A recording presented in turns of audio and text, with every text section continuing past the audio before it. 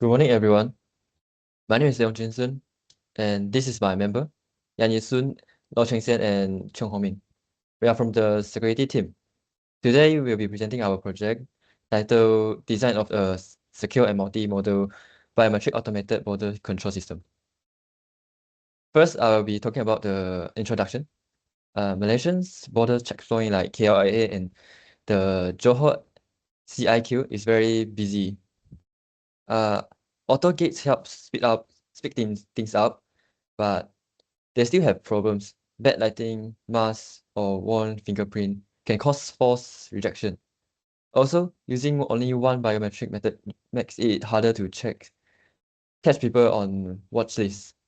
On top of that, the chip is in an e-passport or my cards must be checked first to make sure it has not been changed. So our system combines secure token checking with face and iris recognition for better security and accuracy. Next. This is our project objective. Our objective is to design a secure, high-throughput, multi-modal biometric automated border control system, ABC system, that seamlessly integrates physical tokens, e-passport, and MyCards. Handle environment and physiological constraint, tunes performance metrics to balance traveler throughput with the national security, and ensure strict data protections. Next.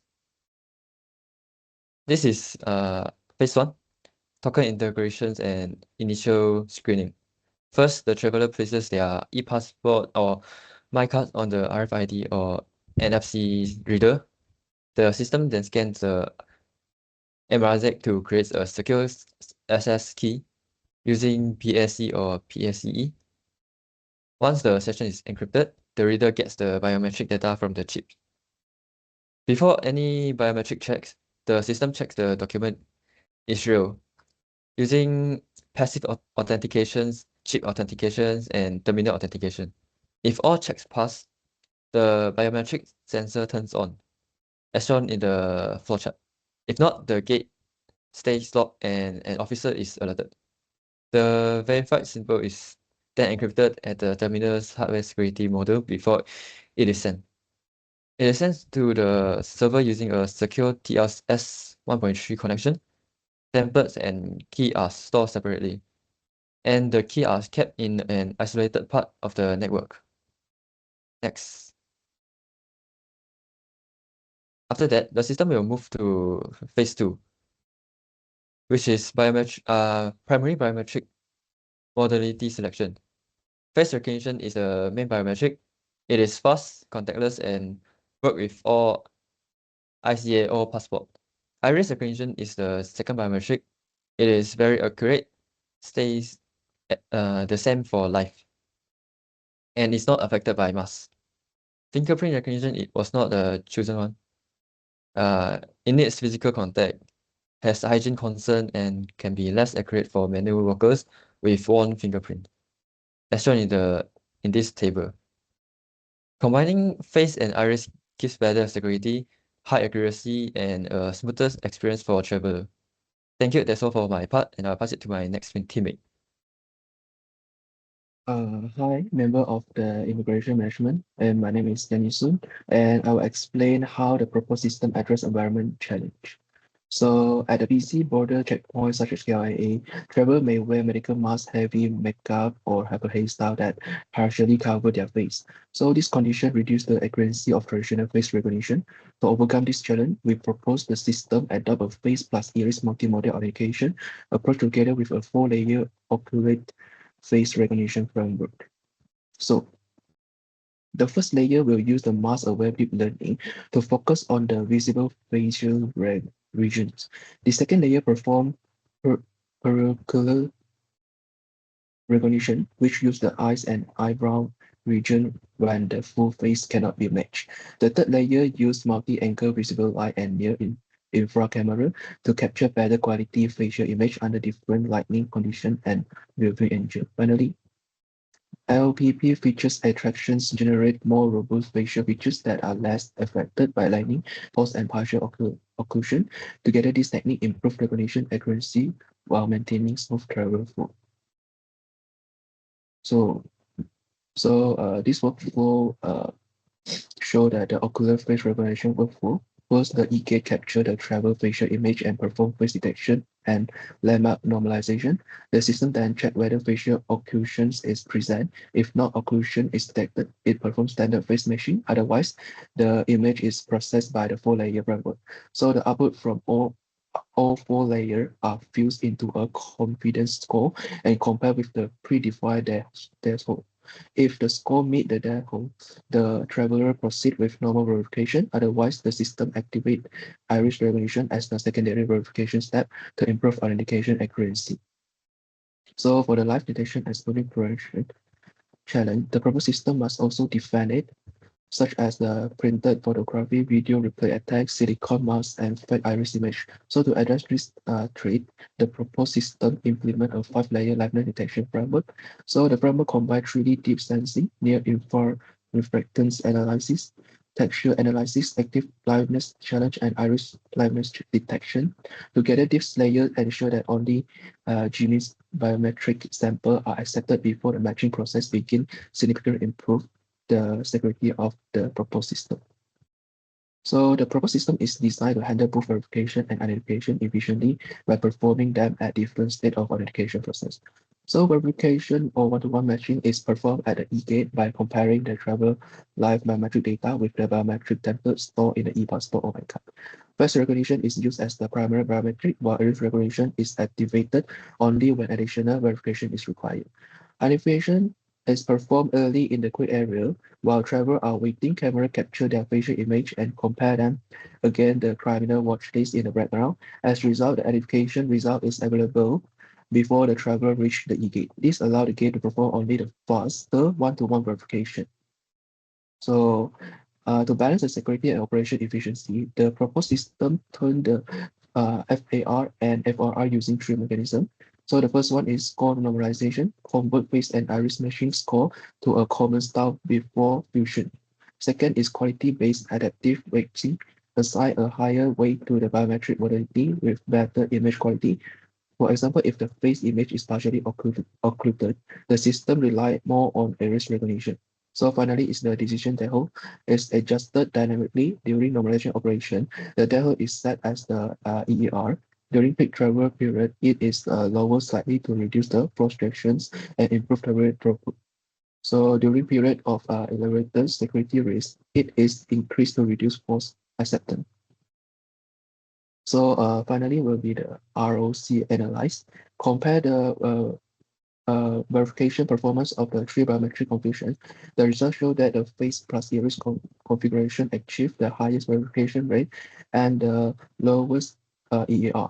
This demonstration that multimodal biometric authentication prove better security and recognition accuracy that using a single biometric modality. Therefore, the proposed system select face plus iris configuration for automated border control. So that's all for me. I will pass to my next member. Hi, I'm Chong Meng and I will continue with Phase 4 Biometric Template Security. First, the system uses cancelable biometrics where raw biometric data is transformed into a non-invertible protected template. This means that even if an attacker obtains the stored template, they cannot reconstruct the original face, iris, or gate information. If a template is compromised, it can simply be revoked by generating a new transformation key without collecting new biometric samples. Second, the system adopts distributed template storage. Instead of storing all biometric templates in a centralized database, the encrypted template is stored inside the e-passport chip following the ICAO LDS2 specification. During verification, the template is securely retrieved using BAC or PACE, and only the authentication result is transmitted over the network. Finally, for watch list matching, the system applies homomorphic encryption. Biometric feature vectors are encrypted immediately after capture, allowing the watchlist server to perform biometric matching without decrypting the data. Only the encrypted similarity score is returned to the kiosks for local decryption. This mechanism together protect biometric templates from internal breaches and large-scale data leakage. Next, privacy sympathetic design will how does the system comply with international data privacy standards and the Malaysian PDPA? First, the system follows the principle of data minimization by collecting only the biometric information required for border verification. For gate recognition, only low-detail silhouette information is captured instead of storing full video recordings. Next, the system performs automated data deletion. All temporary biometric data, including face, iris, and gate information stored in temporary memory, is securely deleted within 60 seconds after the verification process is completed. Only anonymized authentication results and audit information are retained. To improve transparency, multilingual privacy notices are displayed to travelers before verification. These notices explain what biometric data is collected, why it is collected, and how long it is retained. For foreign travelers, biometric data will only be transferred to foreign governments when legally authorized. Finally, the system applies purpose limitation. Biometric data is used only for border verification and approved national security operations. It cannot be used for commercial facial recognition, marketing, AI training datasets, or unrelated criminal investigations. Access to biometric records is also restricted to authorized personnel only. Next is the audit trails. For authentication logging, every authentication transaction at the e-gate is recorded in a cryptographically secure audit logging system. The log includes the timestamp, kiosk identity, pseudonymized traveler identity, biometric modality used, biometric mesh scores, authentication result, and the immigration official's identity if a manual override occurs. These logs are digitally signed and protected using cryptographic hash chaining to prevent tampering. For authorization, the system applies role-based access control. Immigration officers can only view authentication results and perform manual verification. Supervisors can review anonymized mesh scores and investigate suspicious transactions. System administrators are responsible only for infrastructure maintenance and cannot access biometric information. Internal auditors and PDPA compliance officers have access to anonymized audit records for compliance and security reviews. Finally, for accountability, the system includes a real-time anomaly detection engine. It monitors for unusual high false acceptance rates, repeated failed authentication attempts, and abnormal access requests to the watchlist server. Together, this mechanism provides a complete AAA framework that improves traceability, prevents insider misuse, and protects sensitive biometric information. And that's all for my part, and I will pass to my next teammate. Good morning to member of Innovation Department. My name is Dr. Sen. So I'm going to talk about three most important things for the system. First is the multi-modal future strategy, a tier deployment where face recognition run for everyone and iris is only used as a step out when needed, combined through quality-based adaptive fusion. For the second, the three-phase workflow, the complete traveler journey from queue pre-screening through the system check to the final decision and outcome. And for the third is UI wireframe, the enrollment and verification interface design a now clear process feedback and fail-safe error recovery. Next. So starting with the future strategy, face count first and iris is only used when it count. Tier 1 is face recognition, fast, contactless, and run for every single traveler, making it well suited for high throughput environment like airport. Tier 2 is iris, but it's only triggered as a confirmatory step out, either when the face score is borderline, when a gate-based risk flag is raised, or during a random integrity audit. When both scores are available, we combine them using min-max normalization with the mechanically assigned weight, so an occult face get down weight in favor of iris. or a glary iris get downweight in favor of face, and the fused result is judged against an EEL tuned threshold that adjusts with the current thread level. The outcome is phase only speed for most traveler with iris level accuracy exactly where is matter. Next, this fusion strategy played out across a three-phase journey. Phase one is tuning, where a get risk profile and a one-end watch list just both run in the background before the traveler even reached the system. Phase two happened at the system itself, token authentication using PKI and revocation checks. The tier 1 phase check and a risk additive tier 2 iris stay out when needed. Phase 3 is the decision phase, score fusion, the final system decision and graceful expectation handling, all backed by a tamper-proof audit trail. Next. So for the pre-scanning before the system, a single overhead camera feed, two parallel process while the traveler is still in the queue. One string analyst get to build an early risk profile, which later determines whether an iris setup will be needed. The other string capture a fresh dominant and run a one-to-end watch list search in the background. If there is no match, the data is discarded in line with PDPA. If there is a match, it triggers a quite advisory to the officer rather than stopping the traveler.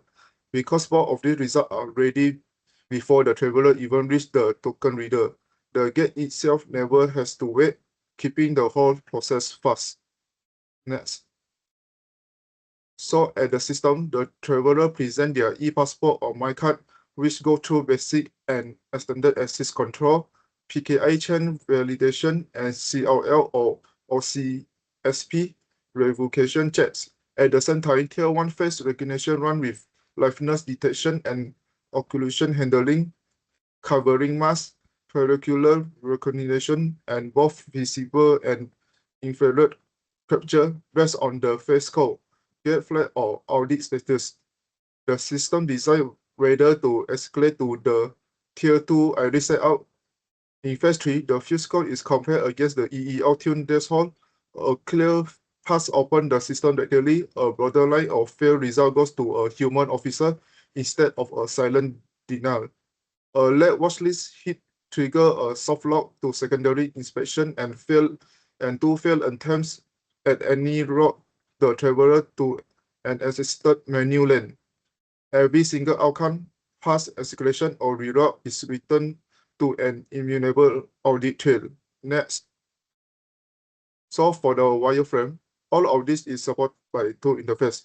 The enrollment interface guide first-time traveler step-by-step through concepts, token scan, face capture, and iris capture using process chip and clear pre-staged error recovery.